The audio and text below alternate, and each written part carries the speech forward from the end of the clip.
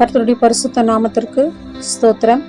பிதாவாகி தேவனுக்கும் குமாரனாகிய இயேசு கிறிஸ்துவுக்கும் தேற்றவாளனாகிய பரிசுத்த ஆவியானவருக்கும் சதா காலங்களிலும் துதியும் கனமும் மகிமையும் உண்டாவதாக.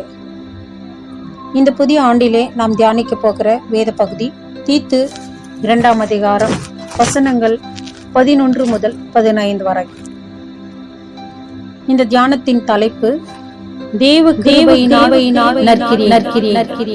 கர்த்தருடைய நாமத்திற்கு ஸ்தோத்திரம். அல்லேலூயா. வேத வசனங்களை வாசிக்கலாம்.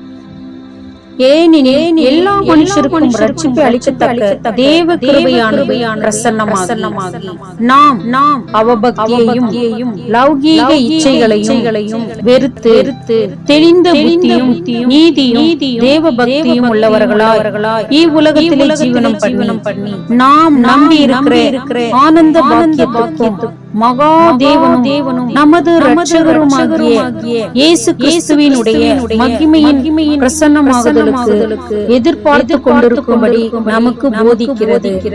அவர் நம்மை சகல அக்கிரமங்களினின்று மீட்டுக்கொண்டு தமக்குரிய சொந்த ஜனங்களாகவும் நற்கிரியைகளை செய்ய பக்தி வைராக்கியம் உள்ளவர்களாகவும் நம்மை சுத்திகரிக்கும்படி நமக்காக தம்மை தாமே ஒப்புக் கொடுத்தார்.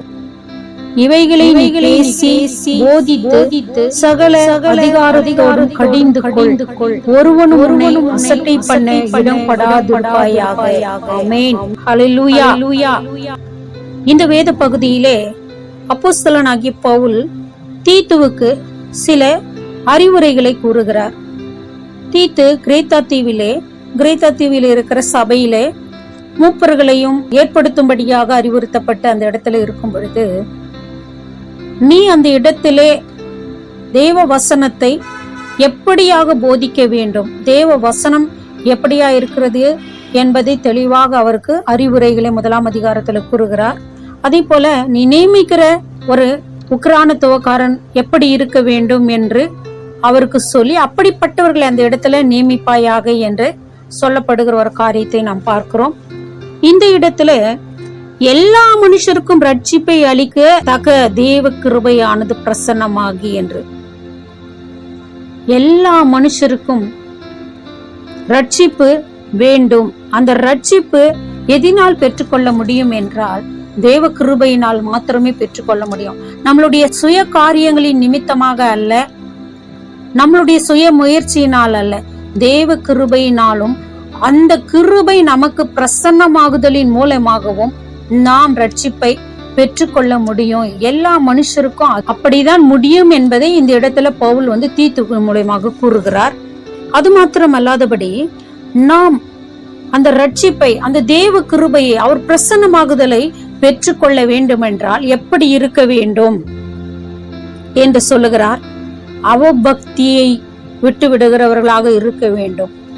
லௌகீக இச்சை, இந்த உலகத்துக்குரிய ஆசா பாசங்களை விட்டு விடுகிறவர்கள், இச்சை உடையவர்களாக, இச்சிக்கிறவர்களாக இல்லாதபடி அதை விட்டுவிட வேண்டும் என்று இந்த இடத்துல கூறுகிறார். விட்டு விடுவது மாத்திரமல்ல, வெறுத்து விட வேண்டும். விட்டுறதுன்றது வேற, வெறுக்கிறது. வெறுத்து விட்டால் திரும்பவும் அதை நாம் திரும்பி கூட பார்க்க மாட்டோம்.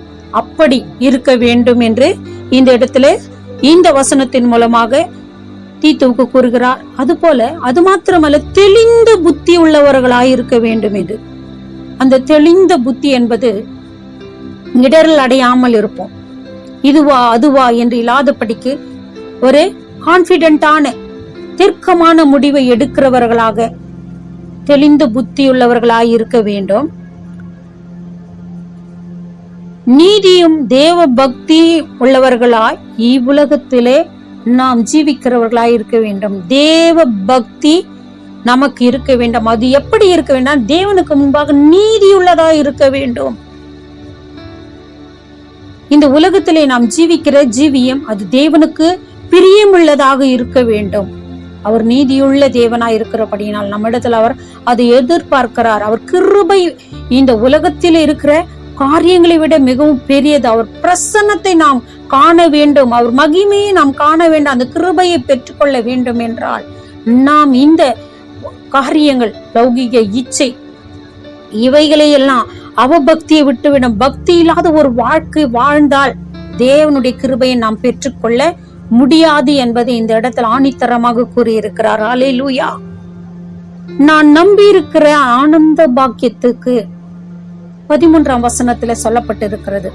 நாம் நம்பி இருக்கிற, நாம் கிறிஸ்தவர்களாக இருந்து கொண்டு கிறிஸ்தவ பின்பற்றுகிறவர்களாக இருக்கிறோம் என்று நம்மை நாமே சில நேரங்களிலே விசுவாசிகளாக எண்ணிக்கொண்டு இருக்கிறோம். அப்படிப்பட்ட விசுவாசிகளாக இருக்கிற நாம், சபைகளுக்கு போகிற நாம், அனுதினமும் வேதம் வாசிக்கிறோம், ஜெபிக்கிற நாம் எப்படியாக இருக்கிறோம்? நம்மளுடைய நம்பிக்கை எதை குறித்து இருக்கிறது? பரலோகத்திற்கு போவோம் என்கிற காரியம். அதுதான் ஆனந்த பாக்கியம் என்று இந்த இடத்துல பவுல் குறிப்பிடுகிறார் தீத்துவுக்கு. நாம் நம்பி இருக்கிற ஆனந்த பாக்கியத்தை பெற்றுக்கொள்ள வேண்டாம். அந்த பரலோக ராஜ்யத்தினுடைய சந்தோஷத்தை பெற்றுக்கொள்ள வேண்டும் என்றால் நம்முடைய தேவன் எப்படிப்பட்டவராய் இருக்கிறார் என்றால் மகாதேவன். மகா என்றால் மிக பெரிதான இந்த உலகத்திலே இல்லாத ஒரு காரியம். அப்படிப்பட்ட தேவனை நமது இரட்சகராகிய இயேசு கிறிஸ்துவினுடைய நம்மை ரட்சிக்கும்படியாய் இந்த உலகத்துக்கு வந்த அந்த மகாதேவன் இயேசு கிறிஸ்துவாய் உலகத்துக்கு வந்த, நம்மை ரட்சிக்கும்படியாய் இந்த உலகத்துக்கு வந்த அந்த மகாதேவன் இயேசு கிறிஸ்துவாய் உலகத்துக்கு வந்த மகிமையின் பிரசன்னமாகுதலுக்கு நாம் எதிர்பார்த்து காத்து கொண்டிருக்கிற காரியத்தை அவர் போதிக்கிற ஒரு காரியம் என்னன்னா, அதுக்கு முன்னாடி 12ஆம் வசனத்திலே நாம் கேட்ட தியானித்த அவபக்தி இருக்கக்கூடாது, லௌகிக இச்சை இருக்கக்கூடாது, தெளிந்த புத்தி இருக்க வேண்டும், நீதியுள்ள தேவ பக்தி இருக்க வேண்டும். பக்தியா இருக்கிறேன் என்று சொல்லிக்கொண்டு உலகத்தின் அநீதான காரியங்களுக்கு நாம் உடந்தைகளாக இருக்கக்கூடாது என்று இந்த இடத்துல நமக்கு போதிக்கிறதாக காணப்படுகிறது. ஹல்லேலூயா.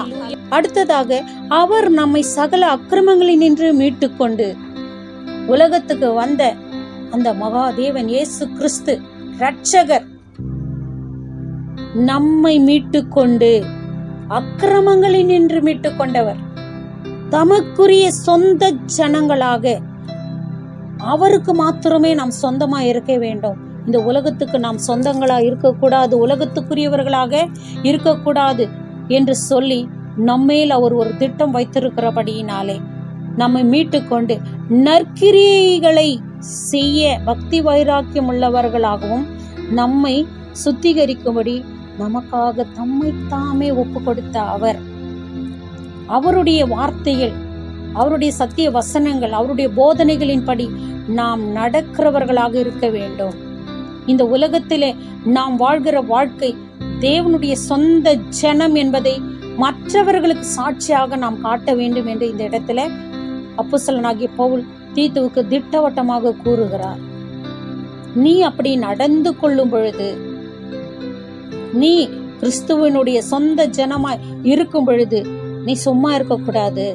நீ அப்படி நல்லொழுக்கத்தில் இருக்கும் பொழுது இவைகளை இயேசு கிறிஸ்துவின் தேவன், நம்முடைய மீட்பர், நம்முடைய இரட்சகர், அவருடைய ஆனந்த பாக்கியத்தை பெற வேண்டும் என்றால், அவர் கிருபையை, அவர் பிரசன்னமாகுதலை நாம் பெற்றுக்கொள்ள வேண்டும் என்றால், நாம் கேட்ட சத்திய வசனங்களை நாம் மற்றவர்களிடத்துல பேச வேண்டும்.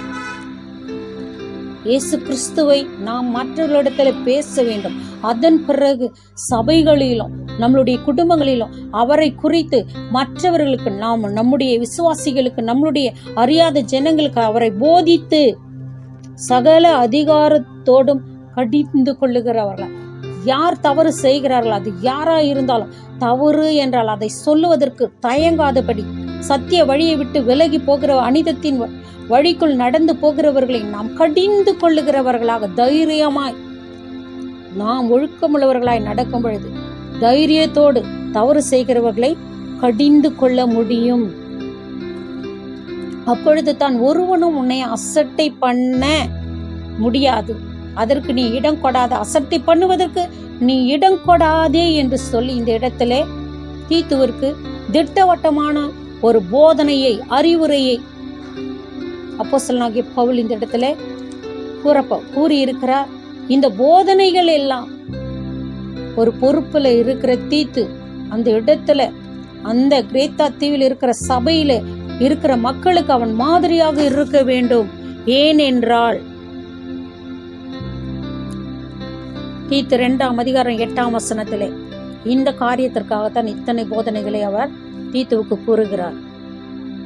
எதிரியானவன் உங்களை குறித்து பொல்லாங்கு சொல்லுகிறதற்கு ஒன்றுமில்லாமல் வெட்கப்படத்தக்கதாக இந்த நாட்களிலே கூட உலகத்திலே ஒவ்வொரு கிறிஸ்தவர்களையும் பார்த்து அவர்கள் என்ன தவறு செய்வார்களோ குற்றம் கண்டுபிடிக்கலாம். இயேசு கிறிஸ்துவையே அப்படித்தான் அன்று இருந்த யூதர்கள் குற்றம் கண்டுபிடிக்கும்படியாகவே அவரோடு கூட சுற்றி திரிந்து கொண்டிருந்தார்கள்.